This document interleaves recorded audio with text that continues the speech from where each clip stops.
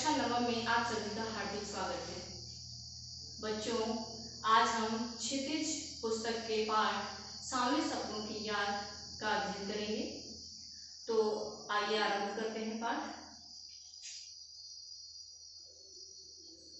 बच्चों, प्रस्तुत पाठ जाबिर हुसैन के द्वारा लिखा गया है। जाबिर हुसैन के बारे में कुछ जानकारी प्राप्त कर लेते हैं। इनका जन्म सन 1945 में नौनही, राजगीर, जिला नालंदा, प्रदेश बिहार में हुआ था। इनकी रचनाएं जो हैं, जो आगे हैं, डोला बीबी का मजार, अतीत का चेहरा, लोगा, एक नदी रेत भरी, और इनकी जो उपलब्धियां हैं उन पर एक दृष्टि डालते हैं। सन 1977 में मुंगेर विधानसभा के सदस्य निर्वाचित हुए और मंत्री भी बने। सन 1995 से बिहार विधान परिषद के सभापति रहे और डायरी शैली की प्रस्तुति और शिल्प की नवीनता के कारण इन्हें प्रशंसा प्राप्त हुई। बच्चों, जो आपका पाठ है सांवले सपनों की याद, यह भी जाबिर हुसैन के द्वारा डायरी शैली में ही लिखा गया है। अब देखते हैं बच्चों आगे। बच्चों, प्रस्तुत पाठ में लेखक अपने मित्र और पक्षी विज्ञानी, प्रकृति प्रेमी सालिम अली के विषय में बात कर रहे हैं। वे बात कर रहे हैं सालिम अली के सपनों की जो उन्होंने देखे थे। तो देखिए, प्रस्तुत पाठ जून 1987 में प्रसिद्ध पक्षी विज्ञानी सालिम अली की मृत्यु के तुरंत बाद डायरी शैली में लिखा गया संस्मरण है।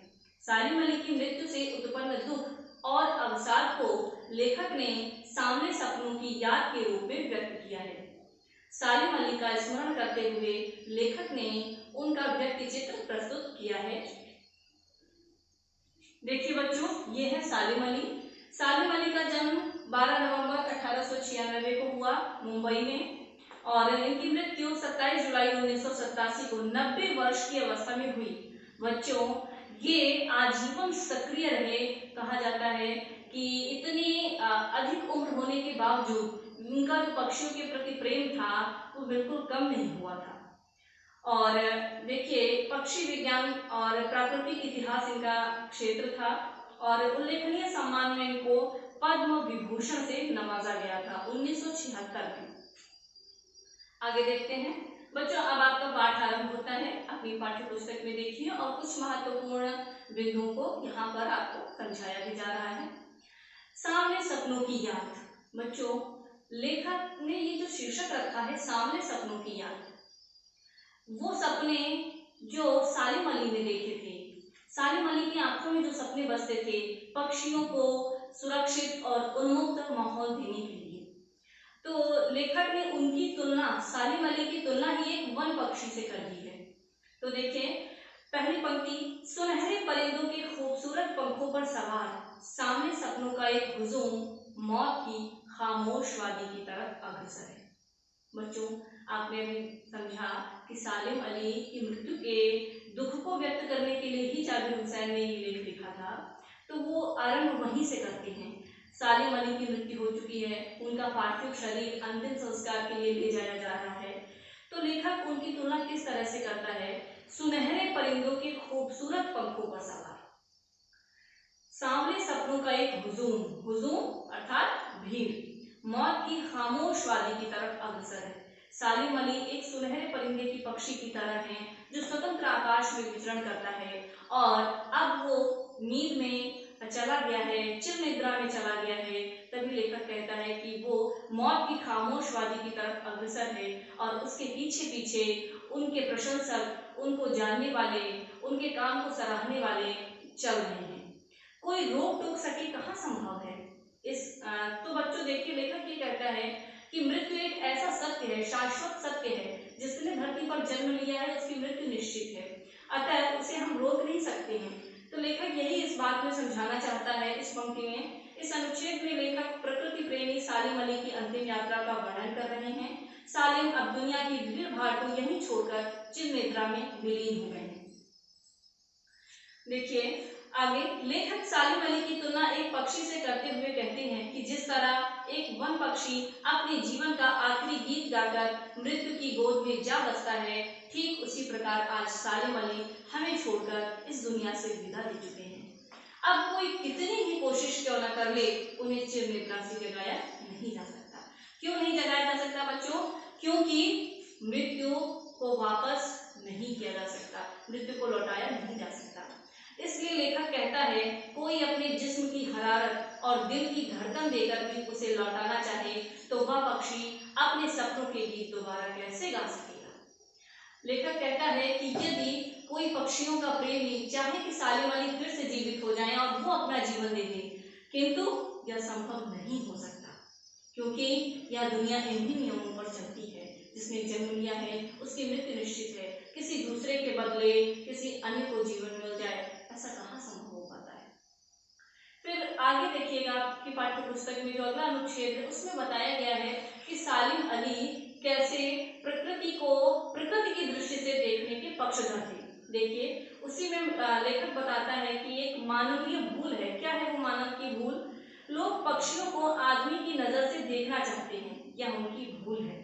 सालिम अली का मानना था कि प्रकृति को हमें मनुष्य की दृष्टि से नहीं अपितु प्रकृति की नजर से देखना चाहिए।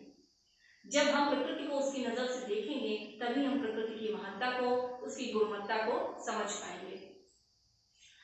बच्चों, प्रकृति से सीख लेने वाली पंक्तियां उद्धृत हैं, 2 पंक्तियां, ये श्रीनाथ सिंह के द्वारा लिखी गई हैं और बचपन में हम सब ने गाई हैं।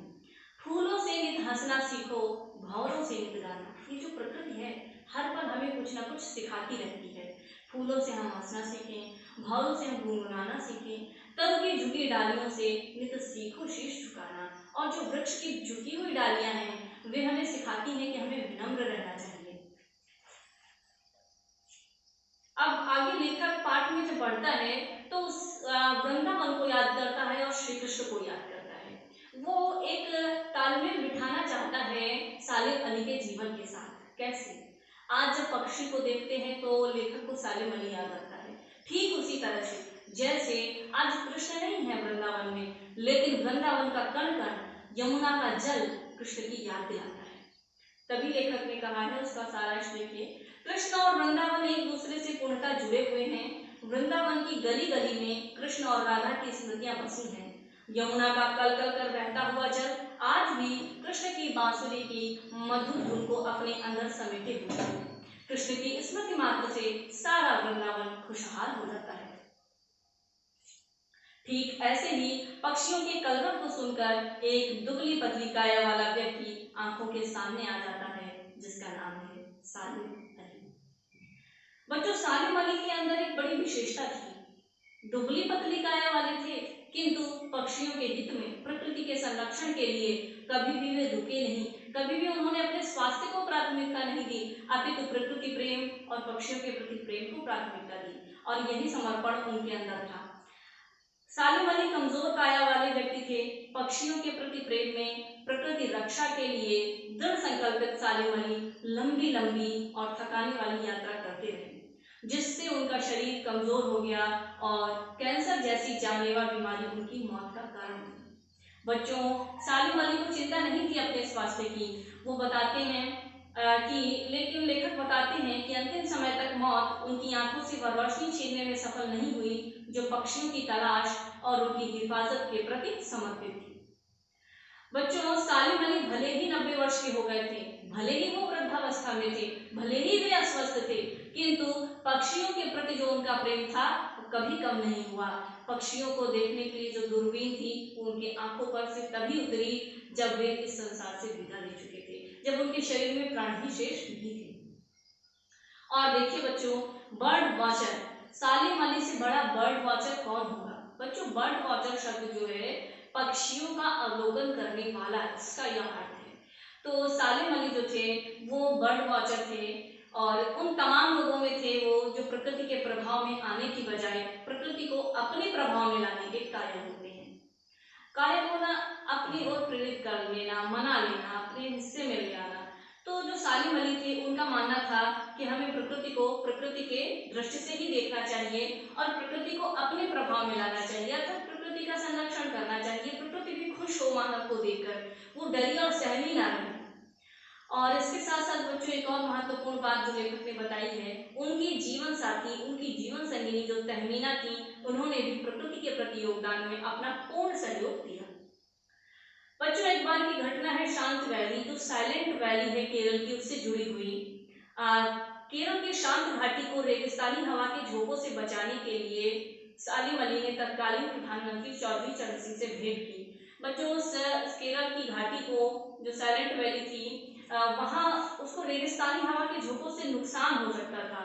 सालिम अली की दृष्टि इस पर गई और वे तत्कालीन प्रधानमंत्री से मिले और उन्होंने प्रकृति को जो नुकसान हो रहा है उसके लिए उन्हें स्थिति से अवगत कराया और उनकी प्रकृति के प्रति चिंता देखकर प्रधानमंत्री की आंखों में आंसू आ गए।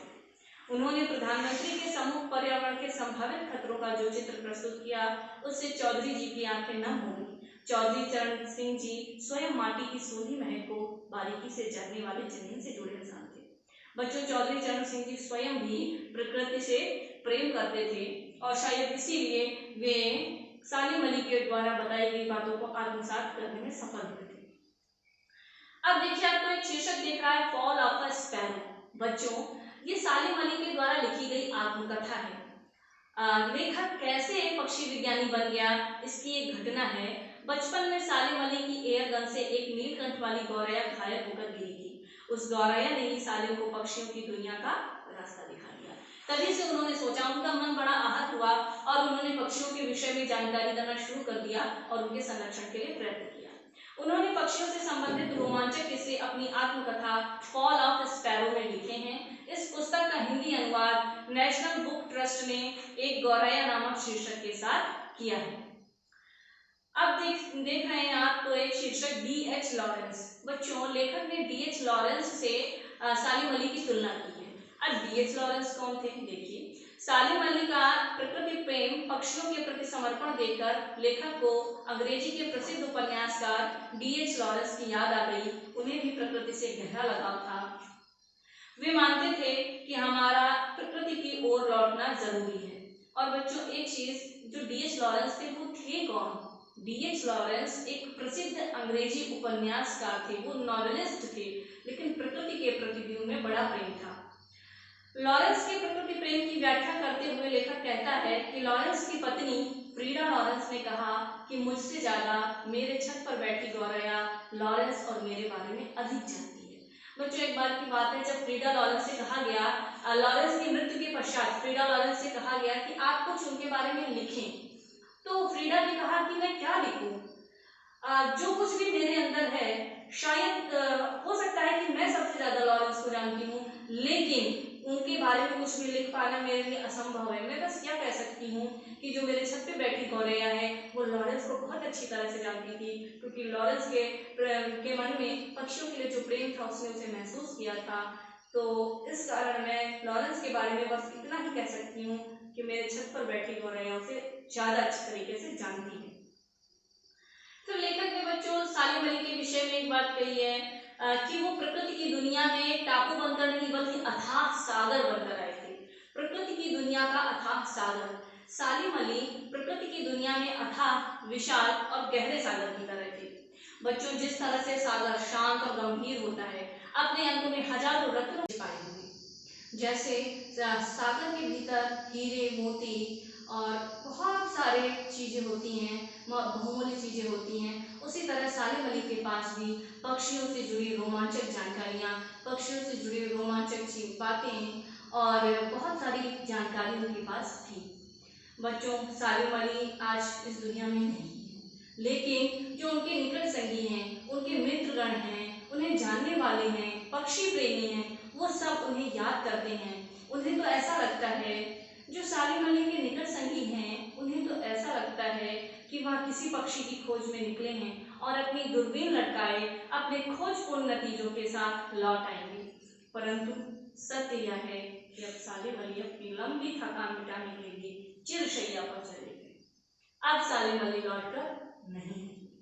और बच्चों, इसी दुख के साथ लेखक पाठ की समाप्ति करता है। अब एक दृष्टि डाल लेते हैं पुनरावृत्ति पर। समग्र एक दृष्टि डालेंगे हम। तो सर्वप्रथम सालिम अली एक वन पक्षी। बच्चों, इस बिंदु में लेखक लेकर चलता है इसको कि सालिम अली एक वन पक्षी की तरह हैं, जो स्वतंत्र विचरण करने वाले हैं, जो उन्मुक्त वातावरण में फलते फूलते हैं, एक पक्षी की तरह अपने आप को महसूस करते हैं, क्योंकि सालिम अली का मानना है प्रकृति को हम अगर प्रकृति की तरह महसूस करेंगे तो हम प्रकृति को निकट से जान पाएंगे। तो सालिम अली खुद एक वन पक्षी की तरह थे जो स्वतंत्र विचरण करता है और पक्षियों के हित में रहता है। और बच्चों फिर अगला बिंदु मानव की भूल। सालिम अली यह मानते थे कि प्रकृति को प्रकृति की दृष्टि से न देखना मनुष्य की भूल है।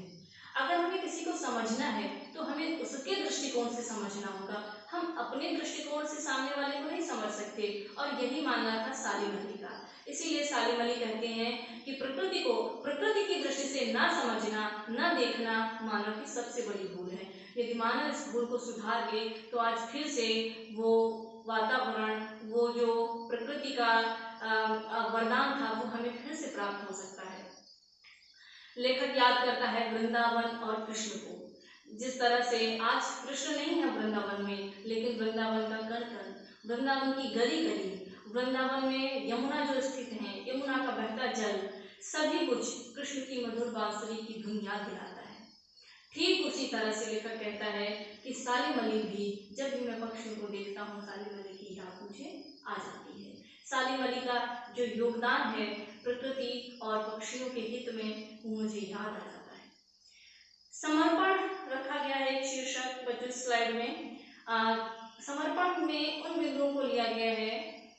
सालिम अली एक दुबली पतली काया वाले व्यक्ति थे, किंतु उन्होंने कभी भी अपने स्वास्थ्य की चिंता नहीं की। पक्षियों की जानकारी जुटाने के लिए उन्हें कितनी ही लंबी यात्राएं क्यों ना करनी पड़ी, लगातार यात्राएं करनी पड़ी हों, लेकिन वो कभी हिचके नहीं। और इसी के कारण उनके शरीर को एक रोग हो गया कैंसर नामक, जिसके कारण उनकी मृत्यु हो गई। बच्चों 90 वर्ष की अवस्था में भी सालिम अली सक्रिय थे पक्षियों के हित के लिए, प्रकृति के हित के लिए। बर्ड वॉचर एक शब्द है बच्चों, आपको बताया गया। बर्ड वॉचर, बर्ड अर्थात पक्षी, वॉचर अर्थात देखने वाला। पक्षियों को जो देखने वाला है, पक्षियों का जो अवलोकन करने वाला है, पक्षियों के विषय में जो समग्र जानकारी एकत्रित करने वाला है, रुचिपूर्वक जो जानकारी एकत्रित करता है, वो बर्ड वॉचर है। और लेखक कहता है सालिम अली से बड़ा बर्ड वॉचर कौन हो सकता है। लेकिन सालिम अली के बारे में एक और बात लेखक ने बताई है कि वो बिना दूरबीन के भी प्रकृति को निहारते थे, अपनी आंखों से ही प्रकृति को देखते थे, पक्षियों को देखते थे उनके वास्तविक रूप में। इसका एक अलग ही आनंद था। बच्चों शांत घाटी के विषय में देखते हैं। यह केरल में स्थित शांत घाटी, जिसे साइलेंट वैली भी कहा जाता है। तो ये जो शांत घाटी है बच्चों, इसको रेगिस्तान के जो गर्म हवाएं आ रही थी रेगिस्तान से होकर, उससे नुकसान पहुंच सकता था। तो उस नुकसान से केरल की शांत वैली को बचाने के लिए सालिम अली ने एक अध्ययन किया, और उस अध्ययन के साथ वे तत्कालीन प्रधानमंत्री चौधरी चरण सिंह के पास पहुंचे और उन्हें जो रेगिस्तानी गर्म हवाओं के कारण संभावित खतरे थे पर्यावरण को, केरल की घाटी को, उसके विषय में उन्होंने बताया। फिर देखिए फॉल ऑफ अ स्पैरो एक शीर्षक आया है। फॉल ऑफ अ स्पैरो जो है बेटा बच्चों, ये इनके द्वारा लिखी गई आत्मकथा है, सालिम अली के द्वारा लिखी गई आत्मकथा है, जिसमें उन्होंने अपने एक बचपन की घटना का वर्णन करते हुए बाद में पक्षियों से संबंधित अन्य महत्वपूर्ण किस्सों के बारे में जानकारी दी है। तो फॉल ऑफ अ स्पैरो का अनुवाद नेशनल बुक ट्रस्ट ने प्रकाशित किया है, एक चिड़िया का गिरना, एक गौरैया का गिरना नामक शीर्षक से। D.H. लॉरेंस बेटा प्रसिद्ध उपन्यासकार अंग्रेजी के थे और उनकी पत्नी का नाम फ्रीडा लॉरेंस था। फ्रीडा लॉरेंस और D.H. लॉरेंस भी प्रकृति प्रेमी थे, पक्षी प्रेमी थे। तो D.H. लॉरेंस की तुलना लेखक ने सालिम अली से इसीलिए की है कि दोनों ही पक्षियों के प्रति प्रेम रखने वाले थे, दोनों ही प्रकृति के प्रति प्रेम रखने वाले थे और आजीवन प्रकृति के निकट रहे। तो इन्हीं समानता के कारण लेखक को D.H. लॉरेंस की भी याद आ गई। और इसके साथ देखते हैं अगला शीर्षक, प्रकृति की दुनिया का अथाह सागर। अथाह जिसकी कोई था नहीं, सीमा नहीं है, अनंत है, विशाल है, विस्तृत है, ऐसा सागर बन करके उभरे थे सालिम अली। लेखक ने एक पूरा वाक्य दिया है किताब में कि प्रकृति की दुनिया में सालिम अली एक टापू बनकर नहीं अपितु एक अथाह सागर की भांति थे। तो बच्चों जैसे ही सागर में अनंत जानकारी होती है, सागर के पास कहा जाता है ज्ञान का सागर। तुलना की जाती है जब कभी भी हम बहुत विस्तृत और विशाल से तुलना करना चाहते हैं, विशाल भाव से, तो हम कहते हैं सागर, ज्ञान का सागर। तो जो सागर होता है वो विशालता के लिए अपनी जाना जाता है। इसी कारण लेखक ने सालिम अली के जो पक्षियों के प्रति जो ज्ञान की विशालता थी उसके कारण इसकी तुलना प्रकृति की दुनिया में अर्थात सागर से की है। बच्चों, अब पठित पाठ के मूल्यांकन की बारी आ गई। तो आपके सम्मुख है प्रश्नोत्तर, जिसमें पहला प्रश्न दीर्घ उत्तरीय प्रश्न है। प्रस्तुत पाठ के आधार पर लेखक की भाषा शैली की 4 विशेषताएं बताइए। बच्चों, भाषा और शैली 2 शब्द यहाँ पर आए हैं। तो भाषा में आप देखिए जो शब्दावली लेखक प्रयुक्त करता है, जैसे सद्भाव है, तत्सम शब्दावली है, अंग्रेजी, उर्दू, अरबी, फारसी आदि शब्दों का जो प्रयोग लेखक ने किया है वो है। एक बात आती है भावानुकूल भाषा की, कि भाव के अनुकूल, विचारानुकूल, विचार के अनुकूल भाषा। एक बात आ जाती है कि प्रसंगानुकूल भाषा। तो किस तरह से बच्चों, भाषा वही शब्द हमारे पास है, लेकिन उन्हें कब और किस तरह करना है प्रस्तुत, वो जो शब्द है वो भाषा के अंतर्गत आते हैं और वो जो तरीका है वो शैली के अंतर्गत आता है। शैली जो शब्द है वो अंग्रेजी का स्टाइल शब्द है, तो शैली अर्थात तरीका। तो देखते हैं बच्चों, पहला बिंदु मिश्रित शब्दावली का प्रयोग। आपकी पाठ्य पुस्तक में जो ये पाठ दिया गया है उसे जब आप ध्यानपूर्वक पढ़ेंगे तो आप पाएंगे उसमें हिंदी, अंग्रेजी, उर्दू, तद्भव शब्दावली का समायोजन है, जिसमें से कुछ आपके सम्मुख उदाहरण हैं। जैसे उर्दू में है परिंदा, आपने सबसे पहले देखा हुजूम शब्द आया था, हुजूम, परिंदा, तमाम। और संस्कृत में वाटिका, विश्राम, प्रतिरूप। जो ये वाक्य था कि वे लॉरेंस की तरह नैसर्गिक जिंदगी का प्रतिरूप बन गए थे। तो नैसर्गिक अर्थात प्राकृतिक और प्रतिरूप अर्थात उनके जैसे ही बन गए थे, प्रतिछाया बन गए थे। तो ये बच्चों उर्दू और संस्कृत के शब्दों के कुछ उदाहरण आपके सम्मुख दिए गए हैं। तो लेखक की भाषा शैली की एक विशेषता हुई मिश्रित शब्दावली का प्रयोग, दूसरा जटिल वाक्यों का प्रयोग। बच्चों, आपने ध्यान दिया होगा इसमें लेखक ने सरल वाक्यों का प्रयोग नहीं किया है, लंबे वाक्य हैं। जैसे था सुनहरे परिंदों के खूबसूरत पंखों पर सवार। तो ये इस तरह से ये पूरा जो वाक्य था 2 पंक्तियों का एक पूरा वाक्य लेखक ने प्रयुक्त किया है। अब आप देखिए अलंकारों का प्रयोग। आप सोच रहे होंगे कि अलंकार तो काव्य में होते हैं, लेकिन बच्चों मैं आपको बता दूं गद्य में भी अलंकार होते हैं और यहाँ लेखक ने उन अलंकारों का उपयोग भी किया है। उपमा अलंकार, देखिए एक उदाहरण आपके समक्ष है। अब तो वो उस वन पक्षी की तरह प्रकृति में विलीन हो रही है। यहाँ किससे उपमा की गई है, आप देख रहे हैं रेखांकित है वन पक्षी की तरह, वन रूपी पक्षी की तरह, या वन में जो पक्षी होते हैं उनकी तरह थे। भावानुरूप भाषा, इसके बाद देखिए अब भावानुरूप भाषा, जैसा भाव प्रकट करना है उसी तरह की भाषा का प्रयोग किया गया। एक उदाहरण आपके सम्मुख, कौन बचा है जो अब माटी पर उगी फसलों के बीच एक नए भारत की नींव रखने का संकल्प लेगा। यहाँ पर चिंता व्यक्त की है लेखक ने, जब सालिम अली कहाँ तो प्रधानमंत्री से भेंट करने पहुंच गए थे केरल की शांत वैली को बचाने के लिए, और अब सालिम अली इस दुनिया में नहीं रहे, न ही चौधरी चरण सिंह जी हैं जो माटी की सोनी गंध को पहचानने वाले थे। अब कौन बचाएगा इस प्रकृति को, इस पर चिंता व्यक्त की है लेखक ने। तो भावानुकूल भाषा का प्रयोग किया है। तो यहाँ पर आपका पहला प्रश्न का उत्तर संपन्न हुआ। अब देखिए दीर्घ उत्तरीय प्रश्न का दूसरा प्रश्न। इस पाठ में लेखक ने सालिम अली के व्यक्तित्व का जो चित्र खींचा है उसे अपने शब्दों में लिखिए। तो बच्चों, आप सब अभी तक क्या समझ चुके होंगे, सालिम अली एक पक्षी वैज्ञानिक होने के साथ साथ प्रकृति प्रेमी भी थे। बचपन की एक घटना ने उनका जीवन पक्षियों के लिए समर्पित कर दिया। पक्षियों के विषय में गहन जानकारी हो या प्रकृति संरक्षण की बात हो, वह सदैव आगे बढ़कर अपना योगदान देते रहे।